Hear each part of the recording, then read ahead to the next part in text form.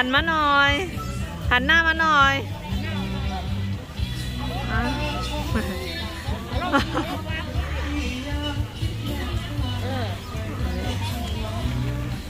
ถ่ายรูปไปเขาหน่อยเก๊กอยู่นั่นน่ะเก๊กอยู่นั่นน่ะอันนั้นก็จะเป็นตลาดน้ำนะคะเนาะวันอาทิตย์เนี่ยก็จะมีกวนเขาจะเปิดวันเสาร์อาทิตย์ค่ะกูก็ไม่สงค่าเหมือนในก็มาแหละตลาดน้ำเลยค่ะเนาะอันนี้ซ้ำจะเป็นวัดลำพญาเนี่ยค่ะเนาะตลาดก็จะเป็นตลาดลำพญาเนี่ยค่ะเนาะอันนี้เขาจะเปิดเสาร์อาทิตย์กุ้ยเนี่ยค่ะเนาะกูก็เพราะว่าตั้งเขาเตะไปผ่านกว่าตลาดก็จะมีวัดเนี่ยค่ะเนาะก็มาหลูมาไวเลยค่ะอันนี้เป็นอันนี้เป็นอะไรอ่ะอนุมานว่ะรถวิ่งใหญ่เลยมาทำอะไรฮะเล่นมาทำอะไรมาเที่ยวตลาดน้ำมาทำอะไรครับเดินไปเลยครับเดินเข้าไปเลยโอ้ยในขายน้ำขนมในค่ะก็เขามาก่อนแต่มีของขายมีพักด้วยเนี่ยของกินด้วยเนี่ยเนาะเป็นกาดแล้วก็ขายเสาร์อาทิตย์ขนมก็โอ้ตั้งแต่จะขายพักเนาะมาลงกับตั้งไตตัวก่อนเลยค่ะเนาะตั้งไตจะเป็นอาหารค่ะครูก็เดี๋ยวก็ตกหรอกจุงเลยเดินดีๆนี่อันนี้ก็จะเป็นตลาดลำพญาค่ะเนาะอันดังเหนือดังในเขาจะขายพักเนาะตั้งนั้นจะเป็นอาหารมาลงกับตัวต้องกันนี่อันนี้ท่อนมันอันนั้นจะเป็นท่อนมันเขาขายไม่เฮ้อค่ะเนาะเอาไหมกินอะไรล่ะเหรอจะไปกินเรือไงนี่ค่ะเนี่ยจะกินข้าวก่อนไหมเรือหรือเปล่าเนี่ยอ๋อนี่เป็นแหนมเป็นของส้มน่าจะซื้ออันนี้มาอันนั้นจะเป็นของฝากค่ะเนาะแต่บีปลาหมึกแห้งจะได้ปลาแห้งจะได้ขายกันค่ะเนาะ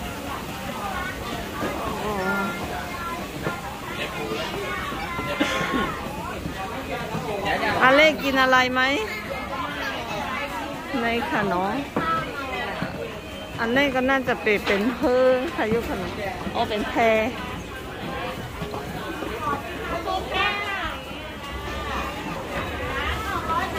ไปเดินไปเดิน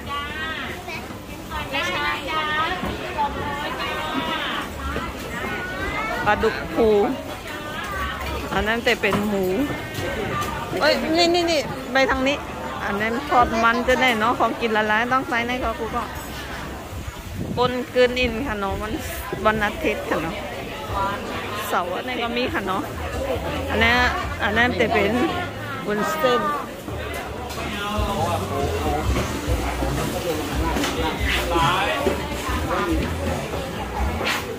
ฝาทอดนี่นำจะในค่ะเนาะของกินละลายค่ะอาหารปลาวะนี่เอาเงินมาใส่หน่อยการประกอบท่องเที่ยวต้องเรือหล่นแม่น้ำท่าจีนะครับเอาเลยรอบ14 นาฬิกาบ่าย 2 โมงอันนี้ก็ให้อาหารปลาพวกอ่อนๆมากกันเนาะเดี๋ยวก็เอาเงินหยอดใส่ในตู้ก็เอาอาหารปลาจากท่าแล้วให้อาหารนะโอ้ยอันนี้ก็มาให้อาหารปลานะโอ้ด้วยปลาต้องนำหนักแต่ปลาก็ในเขาตีเล่งไว้ค่ะเนาะคำกินค่ะเนาะไปเลยกำเยอะๆเลย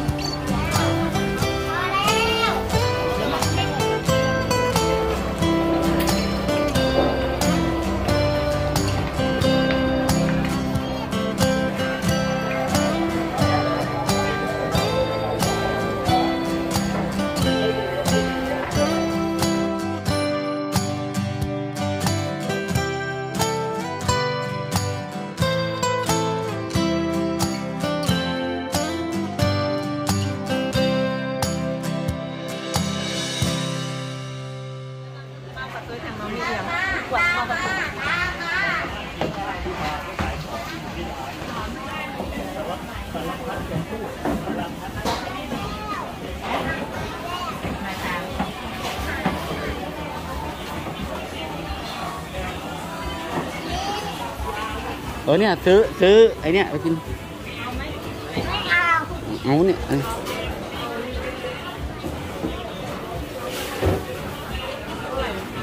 50 บาท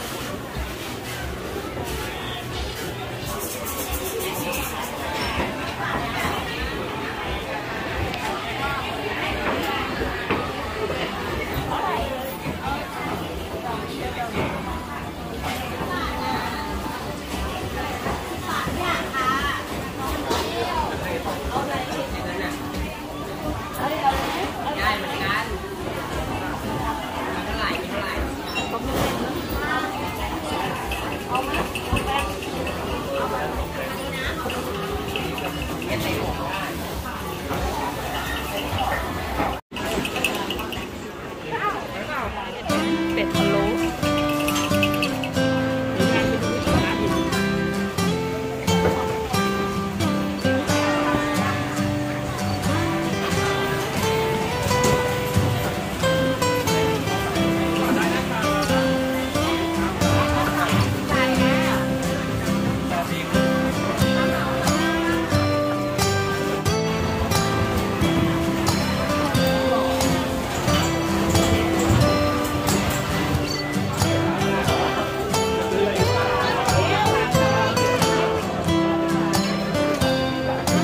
ผักหวาน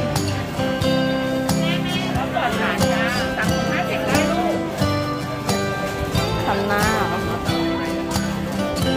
เราปลูกเองแน่นอน100%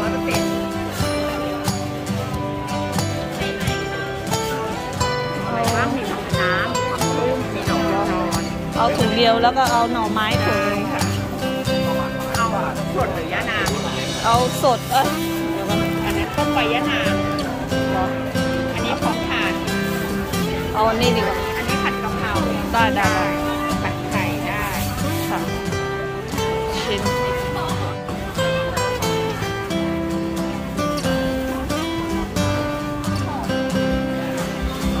นี่ต้นไม้ต้นหมอกด้วยในก็ขายค่ะเนาะของเล่นลูกอ่อนด้วยในก็ขายการเล่ตามองอะไร เหลวครับ อ๋อก็ไม่ซื้อเขาเป็นคนดี ไม่ยอมซื้อของเล่นเลยเหรอ เดินตรงเลย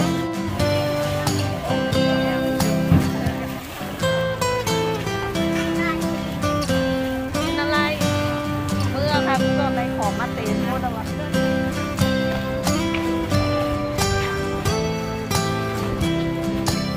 ไปครับไปรถเลยไปเนี่ย